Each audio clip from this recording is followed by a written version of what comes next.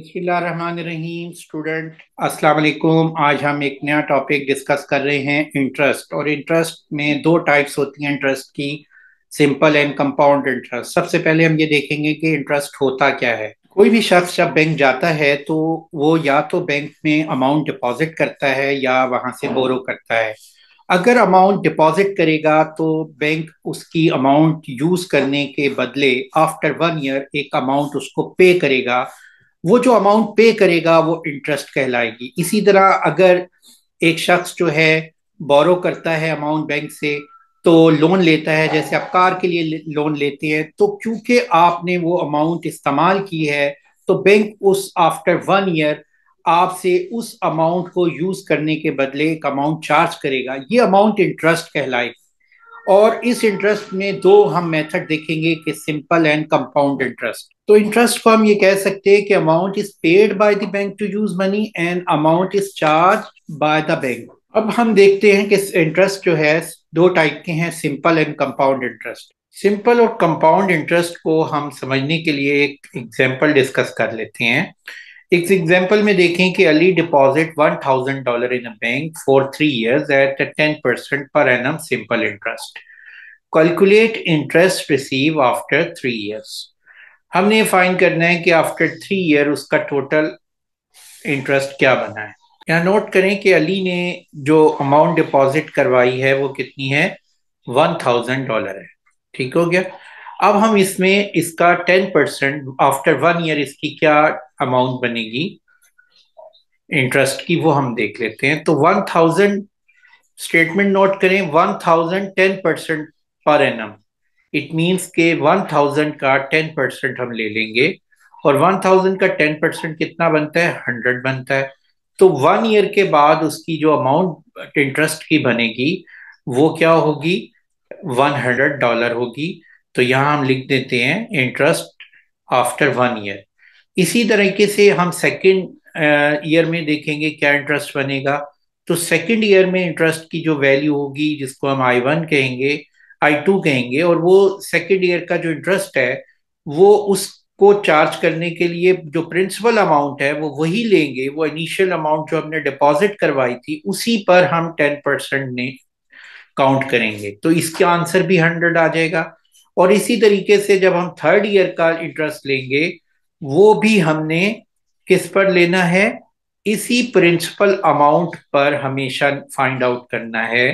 Third year के लिए हो या इवन के अगर 10 ईयर्स के लिए भी हो, तो यहां पर भी हमने जो इंटरेस्ट फाइंड करना है वो $1,000 पे ही करेंगे। इस इनिशियल अमाउंट पे, स्टार्टिंग अमाउंट पे हम लेंगे और इसका 10% ले लेंगे और ये भी 100 आ जाएगा। तो इस तरह सिंपल इंटरेस्ट में जब भी इंटरेस्ट फाइंड करना होता है, जिस रेट पर इंटरेस्ट फाइंड करना है उसको उसकी स्टार्टिंग वैल्यू से या डिपॉजिटेड अमाउंट से मल्टीप्लाई करते थे। तो यहां से एक चीज फाइंड हो गई कि हमारे पास जो टोटल इंटरेस्ट बन गया वो कितना हो गया, 300। और ये आप नोट करें कि फर्स्ट ईयर का इंटरेस्ट क्या था, 1,000 मल्टीप्लाई 10%। सेकेंड ईयर का भी यही था, थर्ड ईयर का भी यही था। तो इसका मतलब है कि 1,000 multiply 10 multiply number of years, 3 से मल्टीप्लाई किया तो 300 आ गया। यहां से एक फार्मूला ड्राइव्ड हो जाता है कि जो ये इंटरेस्ट है ये किसके इक्वल है, प्रिंसिपल अमाउंट। डिपॉजिटेड अमाउंट को हम प्रिंसिपल अमाउंट कह रहे हैं, ये दिस इज पी। और ये रेट क्या है इसका, 10% है, ये रेट हम लिख लेंगे R%। और नंबर ऑफ ईयर्स, अगर नंबर ऑफ ईयर्स 3 थे तो 3 से मल्टीप्लाई किया, अगर टी होंगे तो हम टी से मल्टीप्लाई कर देंगे। और ये जो पी है ये डिपॉजिटेड अमाउंट है, आर रेट है, टी टाइम है। और इस तरह से ये एक सिंपल इंटरेस्ट का फॉर्मूला है। इसमें यही चीज आपने याद रखनी है कि जब भी आपने इसकी इंटरेस्ट वैल्यू फाइंड करनी है, उसकी जो प्रिंसिपल अमाउंट है, जो डिपॉजिटेड अमाउंट पर ही आपने लेनी है, चाहे नंबर ऑफ ईयर्स कितने ही ज्यादा क्यों ना हो जाएं। प्रिंसिपल अमाउंट की या डिपॉजिटेड अमाउंट जो इनिशियल अमाउंट है वो चेंज नहीं करेंगे, उसी पर हमने इंटरेस्ट फाइंड करना है। अब अगर इसी एग्जाम्पल को हम कंपाउंड इंटरेस्ट के पे करते हैं सॉल्व कि क्या आंसर बनेगा, वो हम देखते हैं।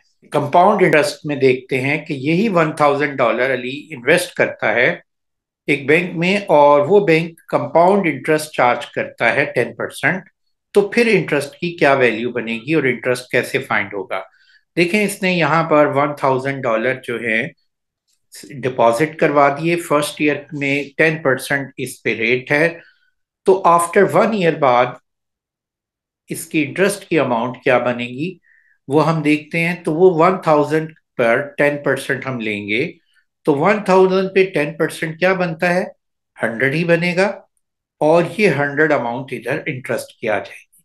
आफ्टर सेकेंड ईयर यानी एंड ऑफ द ईयर क्या बनेगी? ये अमाउंट याद रखनी है कि इंटरेस्ट हमेशा एंड ऑफ ईयर आता है, और end of second year interest की अमाउंट हमने फाइंड करनी है। तो यहां पर एक चीज याद रखनी है कि ये हमने 10% उसी तरह ही लेना है। अब हमने जो इंटरेस्ट की वैल्यू है वो अकामुलेटेड वैल्यू पर लेंगे। अकामुलेटेड वैल्यू क्या होती है? जो final amount after first year होगी। तो फाइनल अमाउंट जो फर्स्ट ईयर पे बनेगी वो क्या होगी? प्रिंसिपल अमाउंट जो डिपॉजिटेड अमाउंट थी और इंटरेस्ट था। तो हमारे पास जो प्रिंसिपल अमाउंट थी, जो डिपॉजिटेड अमाउंट थी, वो 1000 थी, और उसके अलावा जो इंटरेस्ट की वैल्यू बनी थी वो 100 थी। तो अकामुलेटेड वैल्यू कितनी हो गई? 1100। अब इस वैल्यू पर हमने सेकेंड ईयर पे इंटरेस्ट लेना है आफ्टर सेकेंड ईयर। तो जो कंपाउंड इंटरेस्ट में हमेशा इंटरेस्ट उस वैल्यू पर होता है जो उस end of the year, second year के एंड में जो वैल्यू बन चुकी है, उस अली की जो अमाउंट बन चुकी है उस पर हमने लेना है। तो अकामुलेटेड वैल्यू अली की क्या है? 1100। अब हमने 1100 पे हमने फाइंड करना है इंटरेस्ट 10%। तो 1100 मल्टीप्लाई 10%, तो ये वैल्यू कितनी हो गई? 110। तो थर्ड ईयर का अब हम देखते हैं कि वो इंटरेस्ट वैल्यू क्या बनेगी। तो अब आप नोट करें कि ये मैंने अभी बताया है कि कंपाउंड इंटरेस्ट हमेशा एंड ऑफ ईयर पे जो अमाउंट अली की होगी उस अमाउंट पे हमने लेना है। अब end of year third year क्या अमाउंट बन जाएगी अली की? अली के पास पहले 1100 थे एंड ऑफ सेकेंड ईयर, और उसके बाद एंड ऑफ सेकेंड ईयर उसमें अमाउंट ऐड हो गई किस चीज की? इंटरेस्ट की। तो ये कितनी अमाउंट हो गई? 1210। तो ये अकामुलेटेड वैल्यू हो गई। अब हमने इंटरेस्ट इस अकामुलेटेड वैल्यू पर फाइंड करना है। 10% वैल्यू पर हमने इंटरेस्ट निकालना है। ये 121 बनता है। इस तरीके से हम कंपाउंड इंटरेस्ट फाइंड करते जाएंगे, और इसको फाइंड करने के लिए हम एक फार्मूला लिखते हैं। उस फार्मूले में हम सबसे पहले लिखते हैं final amount equal to principal amount plus 1 plus R% into n. यहां पर ये इंटरेस्ट आपने जब भी कंपाउंड इंटरेस्ट फाइंड करना है तो उससे पहले आपको फाइनल अमाउंट फाइंड करनी पड़ेगी इस फॉर्मूले के जरिए, और उसमें से आपने प्रिंसिपल अमाउंट को, डिपॉजिटेड अमाउंट को या स्टार्टिंग अमाउंट को माइनस कर देना है। तो जब हमने फाइनल, ये इसको हम फाइनल अमाउंट लिख सकते हैं या फाइनल वैल्यू लिख सकते हैं। अब यहां पर ए से मुराद फाइनल वैल्यू, पी से मुराद डिपॉजिटेड वैल्यू या प्रिंसिपल अमाउंट भी कहते हैं इसको, प्रिंसिपल।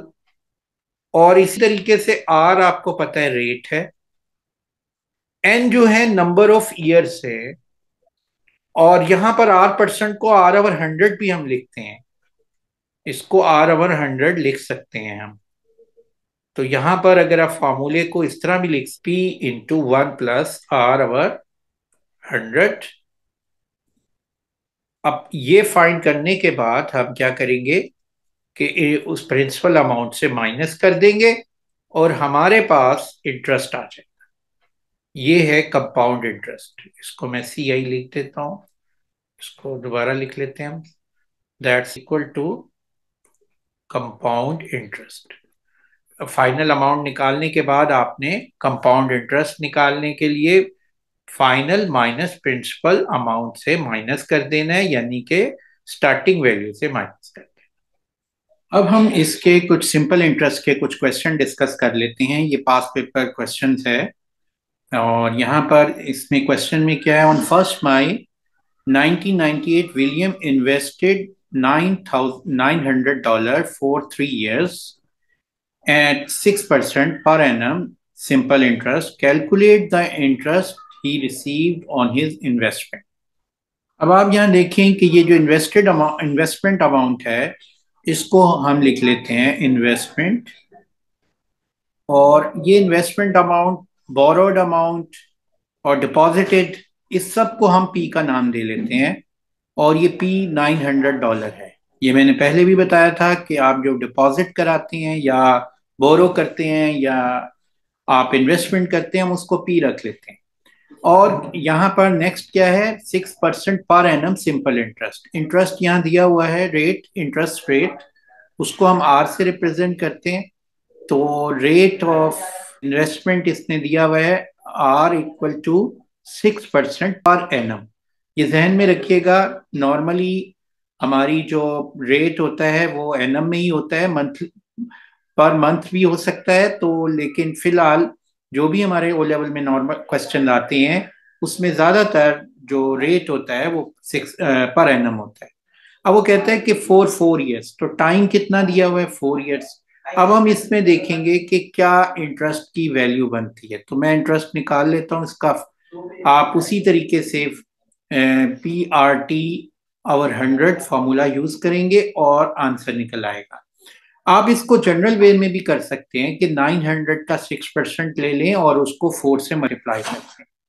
तो ये भी एक तरीका है, लेकिन हम यहाँ इसको इसमें करेंगे 900 मल्टीप्लाई 6% मल्टीप्लाई 4, तो 6% का मतलब 6/100।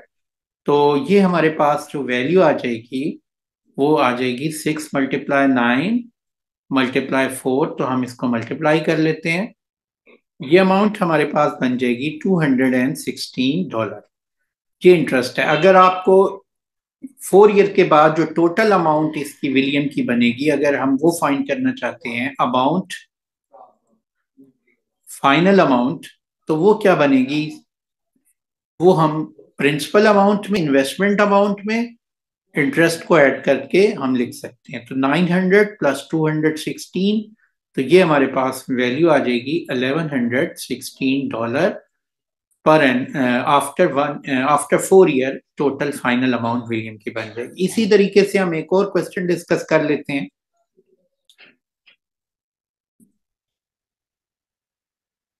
अब सेकेंड एग्जाम्पल हम देखते हैं। एग्जाम्पल 2 में Ali borrow $1200 from a bank for a period of 20 months against simple interest at 6% per annum. Find the total money he has to pay. यहाँ देखें कि जो इसकी बोरोड अमाउंट है, जिसको हम स्टार्टिंग अमाउंट कहते हैं, वो क्या है, $1200। जो उसने बोरो की है वो कितनी है, $1200। उसको हम पी से रिप्रेजेंट कर लेते हैं। और कितने मंथ के लिए की है, 12 मंथ के लिए की है। तो यहाँ हम लिख देते हैं, टाइम लिख देते हैं 12 मंथ्स, सॉरी 20 मंथ्स। टाइम जो है वो हमारे पास 20 मंथ्स अगर है। और रेट क्या दिया हुआ है, आप देखें, रेट जो है यहाँ पर 6% पर एनम है। अब पर एनम का मतलब 1 ईयर का। अब हमने क्या करना है कि जो फार्मूला है हमारे पास, या यूं कह सकते हैं कि जो इंटरेस्ट बनेगा, उसके लिए हम क्या निकालेंगे, find the total money has to pay. सबसे पहले हमें इसका इंटरेस्ट निकालना है 20 मंथ का। तो हम इंटरेस्ट फॉर 20 मंथ्स इंटरेस्ट लेने के लिए हम क्या करेंगे कि यहां पर हम यूज करते हैं PRT और 100। अब देखिए जो टाइम हम ले रहे हैं वो पर एनम इंटरेस्ट किस में है, रेट किस में है, पर एनम में है। तो हम मंथ्स को कन्वर्ट कर लेंगे किस में, ईयर में। अब 12 मंथ्स में, 20 मंथ्स में कितने ईयर होते हैं जी, 1 ईयर। और 1 ईयर और 8 मंथ। आप देखें 1 ईयर प्लस 8 मंथ। अब ये जो मंथ हैं इसको हम ईयर में अगर लिखना चाहें तो क्या होगा? आपको पता है कि मंथ से ईयर में जाने के लिए 12 से आप क्या करते हैं? डिवाइड करते हैं, क्योंकि स्मॉलर से बिगर में जा रहे हैं तो 12 से इसको डिवाइड कर देंगे तो 1 ईयर प्लस 8/12। तो ये हमारे पास अमाउंट बन जाएगी 4 × 2 3, और ये वैल्यू बन जाएगी 1/2/3। और यही हम इस वैल्यू को यूं भी लिख सकते हैं 5/3 ईयर्स। ओके हो गया। अब हम इसमें यही कर लेते हैं कि कितना प्रिंसिपल अमाउंट थी। Starting amount 12%। कितना रेट है? 6% पर एनम। मल्टीप्लाई कितने पीरियड के लिए है? 5/3 ईयर्स के लिए। ओके, तो हम इसको सॉल्व कर लेते हैं। तो ये हमारे पास क्या आ जाएगा? 3 × 2 = 6, और ये 5 × 2 = 10, 12 × 1200। तो ओवर 100 भी आएगा, ये देखें। तो ये हमारे पास वैल्यू आ जाएगी $120 टोटल इंटरेस्ट आ जाएगा। उसने कह रहा है कि he has to pay total amount, he has to pay. Total amount क्या बन जाएगी? बोरो अमाउंट कितनी है? 1200 प्लस इंटरेस्ट। तो बोरो 1200 है और इंटरेस्ट कितना है? 120 है। तो टोटल कितना हो गया? 1320। इसी तरह अब एक सिचुएशन और हो सकती है कि वो कह देता है कि आप इंटरेस्ट रेट फाइंड करें। इंटरेस्ट अमाउंट दे देता है, इंटरेस्ट रेट फाइंड करें। तो फिर हम क्या करेंगे? अब इस देखें क्वेश्चन में, अदा invest $600 an account he that earns simple interest at the end of year the investment worth is 681, calculate the rate of simple interest। सबसे पहले इस तरह का जब भी क्वेश्चन आएगा आपने पहले लिख लेना है कि इन्वेस्टमेंट क्या है। इन्वेस्टमेंट हमारे पास, जिसको हम प्रिंसिपल अमाउंट भी बोलते हैं, वो आ गई है $600। और टाइम इसने कितना दिया हुआ है? 3 ईयर्स दिया हुआ है।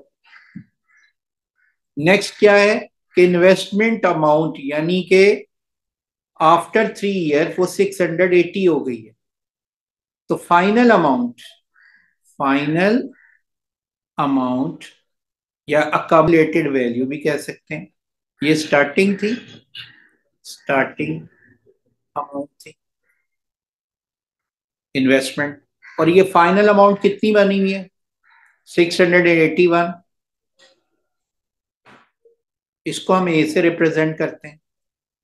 तो अब क्या करेंगे कि आपको क्या चाहिए? इंटरेस्ट रेट चाहिए। तो इंटरेस्ट का जो फॉर्मूला है वो क्या है? इंटरेस्ट किसके इक्वल होता है? PRT/100। ओके, तो अब आप देखें कि हम क्या करेंगे। यहां सबसे पहले इंटरेस्ट फाइंड कर, पी की वैल्यू हमारे पास दी हुई थी, वो हम लिख लेंगे। पी कितना दिया हुआ है? ये देखें 600। आर क्या है? ये तो हमने फाइंड करना है। टाइम कितना है? 3/100। अब इंटरेस्ट नहीं मालूम हमें, इंटरेस्ट कैसे निकाल लेंगे? ये देखो फाइनल अमाउंट दी हुई है 681 आफ्टर इंटरेस्ट, तो ये प्रिंसिपल अमाउंट दी हुई है। तो इसका जो डिफरेंस होगा I will be equal to investment amount after 3 year minus कौन सी अमाउंट ले लेंगे? Principal amount. तो ये हमारे पास 681 माइनस 600, तो 81 हमारे पास वैल्यू आ गई। अब हम इसको सिंप्लीफाई कर लेते हैं। तो ये वैल्यू कितनी बन जाएगी? 6 × 3 = 18, 81 equal to 18R। Then R will be equal to 81/18। ये 4.5% आ जाएगा।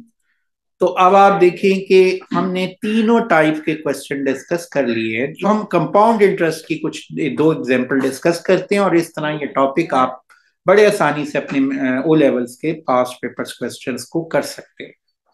यहाँ पर हम एक क्वेश्चन डिस्कस करते हैं कंपाउंड इंटरेस्ट का। ये एक पास पेपर क्वेश्चन है। यहाँ पर देखें कि Sunny invest $2,000 paying compound interest eight a rate of 1.8% per year. Calculate total interest. सबसे पहले कंपाउंड इंटरेस्ट में को फाइंड करने से पहले हम इसकी स्टार्टिंग अमाउंट लिख लेते हैं, या इन्वेस्टमेंट अमाउंट जो है ये इसने जो की है इन्वेस्टमेंट, तो वो हमारे पास वैल्यू है $2,000। अब आप नोट करें कि ये स्टार्टिंग इन्वेस्टमेंट जो होती है इसको हम पी से रिप्रेजेंट कर लेते हैं। उसके बाद हमारे पास जो रेट दिया हुआ है वो कितना दिया हुआ है, 1.8%। ठीक है, अब नंबर ऑफ ईयर्स जो है वो हमारे पास कितने हैं, 3 ईयर्स है। अब यहाँ पर जो रेट है उसकी वैल्यू हमने लिख ली है और वो है आर। अब जो टोटल टाइम है वो 3 ईयर्स है, तो हम इस रेट को, नंबर ऑफ ईयर्स को 3 से रिप्रेजेंट करती है। अब देखें, सबसे पहले इंटरेस्ट निकालने से पहले आप वो अमाउंट निकालेंगे जो 3 ईयर्स के बाद समी की बैंक में बन जाएगी। तो अमाउंट, फाइनल अमाउंट जिसको हम कहते हैं, वो फाइंड आउट कर लेंगे। फाइनल अमाउंट क्या बनेगी इसकी, वो बनेगी आफ्टर 3 ईयर्स। उसको हम ये फॉर्मूला यूज करते हैं, P into 1 + R/100 power n। हम लिख लेते हैं वैल्यूज 2000, 1 + R कितना है जी हमारे पास, 1.8/100 पावर 3। अब इसका आंसर हम देख लेते हैं क्या बनता है। अब आप देखते हैं यहाँ क्या हो जाएगी, ये वैल्यू 2000 और ये 1.8/100 1.008 हो गई। अब इसको हम मल्टीप्लाई कर देते हैं 1.018 पावर 3 से। This is power 3। अब ये आंसर हमारे पास क्या बन जाएगा, 2519। ये आंसर आ गया, फाइनल अमाउंट आ गई है। अब आपने क्या करना है, टोटल इंटरेस्ट निकालने के लिए हम फाइनल अमाउंट में से स्टार्टिंग अमाउंट को माइनस कर देंगे।